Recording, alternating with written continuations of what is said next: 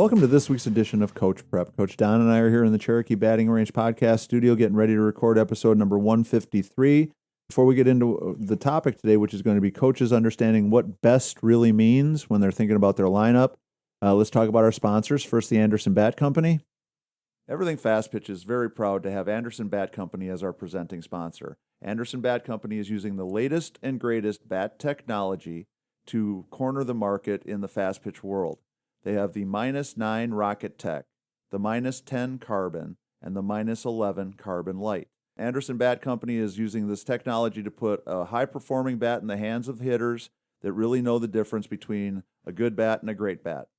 We're also working with Anderson to provide a discount for all of our listeners. Go to the Anderson Bat Company website and order your bats. Use the EFP20 discount, which is for everything fast pitch, and you'll get a 20% discount. It's a great way for you to save a little bit of money on a great bat and also help support everything fast pitch at the same time. Second thing we're going to talk about is Patreon.com. We've been beating this drum now for about 3 or 4 weeks. We're going to keep beating it for another 3 or 4 weeks because we need more patrons. We want to say thank you very much to Surly Ginger and Michael Carlson for coming on board as patrons this week. It's a great sign for us. We've added 7 or 8 new patrons in the last couple of weeks. But we definitely need to keep that ball moving forward. As we talked about on this week's Everything Fast Pitch podcast, we are at that rubber meets the road point. We spent time today talking about what we have to do and what we can do to get the numbers up to the point, the support up to the point where it makes sense for us to keep doing it. There's just no nice way to say it. You've heard me say this several times now. We are in the red every single month that we do this. And now as an old man who's about ready to retire, I can't keep doing it. I was going to say, and Tori, too, it's easy for everybody just to sit back and listen and, someone else will do it. But we really need some folks to get on board and help support it. Yeah. Well, and the numbers of listeners tell us that a lot of people see value in what we're doing. And the responses we're getting, the emails and stuff like that, tells us that people really do appreciate the podcasts. But it's just one of those reality things. We went into it not really knowing what to expect, and we've been doing it for a long time, thinking that the breakthrough is going to come. Well, if the breakthrough doesn't come soon, it's not going to be coming. And if you have a product or a business that we can share here with all the listeners that that you'd like for us to bring you into the fold, that might be another way because, if you can support us through that, that would be ideal. Yeah, sponsors would be great. Patrons would be great. Anything that can help us turn this thing around financially so that we can keep doing it because it's a blast to do. I love doing it, and I know a lot of you enjoy it. But if you're enjoying it and you can afford $5, $10, or $20 a month, we need you to become a patron. Right. If you enjoy it and your business would see some benefit in being affiliated with what we're doing, then we need you to come on board as an advertiser. And it's just that's the reality of our situation right now. It doesn't necessarily have to be a softball product, right? Right. It could be anything. Well, Pinnacle Power Butter is a perfect example on the Everything Fast Pitch podcast. So it's softball adjacent, but it's not like a bat company or a training tool. Yeah. No, we all need lots of things in our lives, and it could be anywhere in the country, and we'd be excited to talk about it. Right. So, Don, our topic this week is coaches, as they're figuring out who's going to play, as they're figuring out their lineups, as they're trying to make decisions about what's best for their team, is the word best. And we're going to put some quotation marks around that. Number one because the whole idea of what is best is something that each coach can decide. Each coach can make your own decision. Whatever you think is the most important determining factor for whether kids should play or not, that's up to you. That's your team. You choose whatever you think is the best. We're making our best lineup. Right. If you're going to make your best lineup, though, what is it that you're looking for that tells you player A is better than player B and player C is better than player D? What's the criteria? That's why those players are playing. And not so much necessarily that you have to be able to defend what you're doing, but we want you to have consistency in what you're doing. We don't want it to be 1 week I decide who's going to play because my daughter led the team in batting average, and then next week we're going to decide who plays because my daughter had the best fielding percentage, and then 3 weeks from now we're going to decide who gets to play because on-base percentage is now the number one thing. And then week 4, none of the numbers matter. Now it's who had the best week in practice and who worked the hardest. It's okay for you to choose any of those things, but the revolving door idea of it isn't a good one. More like just because I said so. Right. Well, and here's the caveat to that. I was never one to use statistics to make out a lineup, but I always coached in a situation where we practiced a lot. In the high school setting, in the college setting, we were practicing 4 or 5 days a week.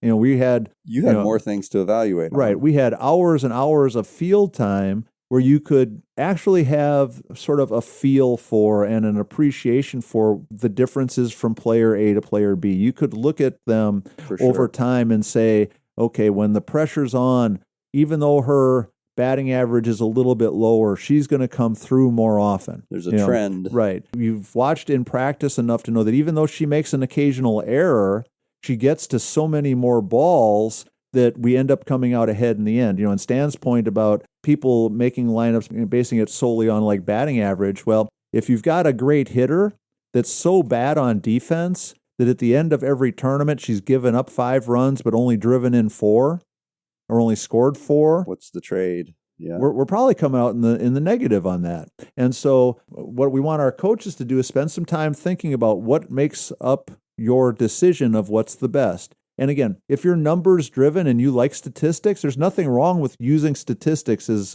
a tool.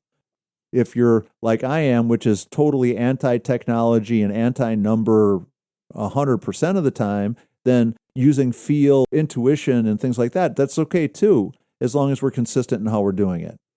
No, it can be tricky for sure. And especially on the other end too, if we don't really know what the criteria is, then as a player, how do we know? Right. Well, and we talked about the pressure cooker of coaching philosophies a little bit ago, and the idea of telling players that the 9 highest batting averages are going to play. Well, stuff like that can maybe simplify your life as a coach, but it can also make your team much less successful.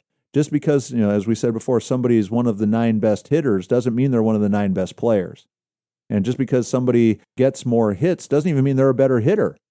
The reality of it is trade-off, like you said, defensively too. And so for me, my philosophy was always really simple. I used practice and what I saw, what my eyes told me, day in and day out from watching the kids perform, who were the best players.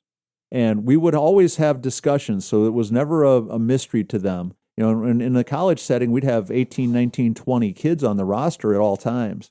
And we would sit down and talk to them all about, well, here's why you are where you're at. Here's what your strengths are. Here's what your weaknesses are. And it never was, well, Don, you're not playing because you're only hitting 125 and Stan's hitting 175, so Stan's a better player. It was based on what we're seeing every day, based on what we're evaluating. We're watching your swing, we're watching your defense, we're watching your base running, we're watching your attitude, we're watching all those things that are going to determine how much you contribute. And here's what we think your strengths are. Here's what your weaknesses are. Here's the things that you need to improve upon, because here's why Don is playing and you're not. Well, I'm going to work hard then, if you share those things. Right. I'm going to make them better. Right. And it eliminates so much of the nonsense of kids not knowing what's going on, why it's happening. It was kind of a shocking thing to me when those strengths and weaknesses were communicated. There would be times that players would disagree. And I always thought that was a good thing. If I said, Don, I don't think you've got as much range going, to the hole. You're both competing for shortstop, and she's better at going deep in that 5-6 hole and making a play than you are. And in your mind, you're like, oh, you're crazy, coach. I'm just as good as she is. I might even be better.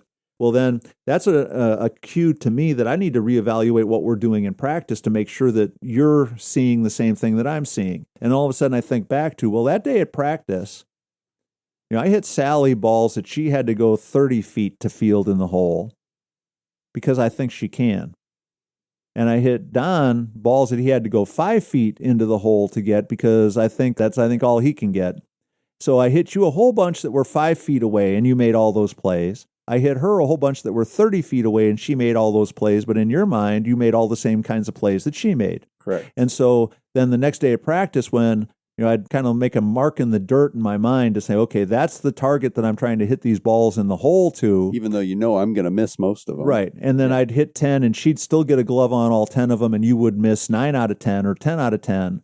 Then all of a sudden we'd come back, a week later and have that same discussion and like, oh, now I see what you're talking about. I'm going to work harder on that. I'm going to work harder to get better at it. So for me, the best was a purely subjective opinion based discussion on what I saw day in, day out when we had plenty of practices. So for that setting, I think that something like that can be a really good philosophy for figuring out what your best team is. And to me, it was always part of that was, positions that I'm willing to score less runs to play better defense. I was very old school in the fact that if my shortstop was a great defender, I could live with her not being a great hitter because I felt like we came out ahead. If my center fielder was an amazing center fielder, but not a great hitter, I was okay with that because in the end, we ended up being a better team. And so up the middle positions, I was okay with better defense, a little bit less offense.